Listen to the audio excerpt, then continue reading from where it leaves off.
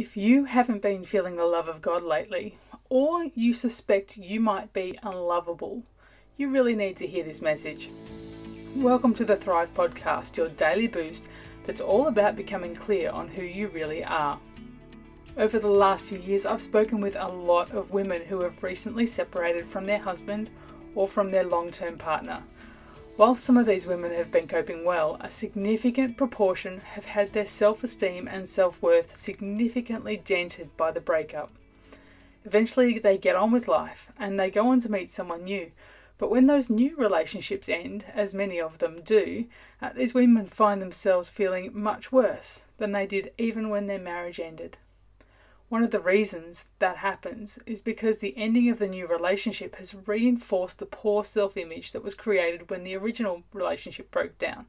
So now, they're not just feeling like they had a failure, they're feeling like this is a repeating pattern and that they are a failure. That there's something wrong with them that has somehow resulted in both of these relationships ending. And rather than just no longer being loved by one particular human being, they're now feeling unlovable, full stop. Interestingly, I've noticed that quite a few adults who were abandoned by a parent during childhood also struggle with this feeling of being unlovable.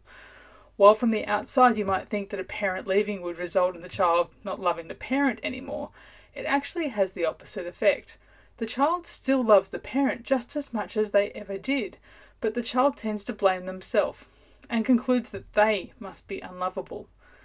And someone who is feeling unlovable, whether they're an adult or a child, tends to go back over everything they might have done wrong. And every little behaviour slip-up that they can find in their memory bank reinforces this belief that they must be unlovable. Let me tell you, every parent has had times when their kids have misbehaved, whether it's something minor that can be easily corrected or whether it's something huge that has consequences for both them and for others. From time to time, our kids can pull some stunts that make you wonder whether everything you've been teaching them has been a total waste of time. But here's the thing.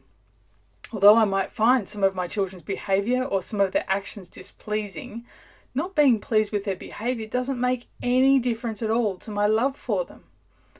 I'll say it another way. We can love someone completely and yet not agree with, like, or condone their behaviour. It's actually a totally different thing. We get ourselves in trouble when we think of love as something that can be divided up and shared out. The reason this doesn't work is that it implies that love is measurable, which would in turn mean that the person who is the subject of that love is interchangeable or replaceable. So if love isn't something that can be divided up, what's going on here? Those of you who are parents probably already understand how this works. When you have one child, you love them. But as soon as the second child is born, you suddenly have two children to love. Does that mean you love your first child a bit less now the second one's been born? Of course not. You love your first child just as much as you did before. And somehow your capacity to love has been doubled now that you have two children. And though you love your first child as much as you ever have, you also love your second child.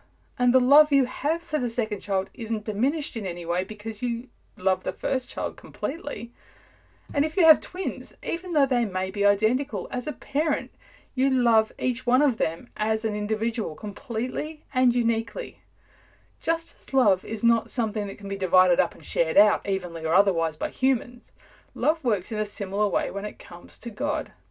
God's love is not only eternal, unfailing and immeasurable. God's love for every single one of his children is complete and unique. God doesn't just sit there in heaven radiating love towards the earth for us to bask in, and he doesn't love us collectively as a group. He actively loves every single one of his children uniquely. Psalm 86 verse 15 says that God is filled with unfailing love and faithfulness. What's even better is that Romans 8 verse 38 says that nothing can ever separate us from God's love.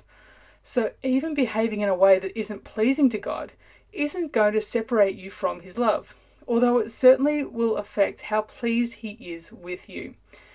If that's an issue for you, then all you need to do is repent and turn back to God, and he will forgive you. If you haven't been feeling loved by God lately, then I want to reassure you that God most certainly hasn't stopped loving you.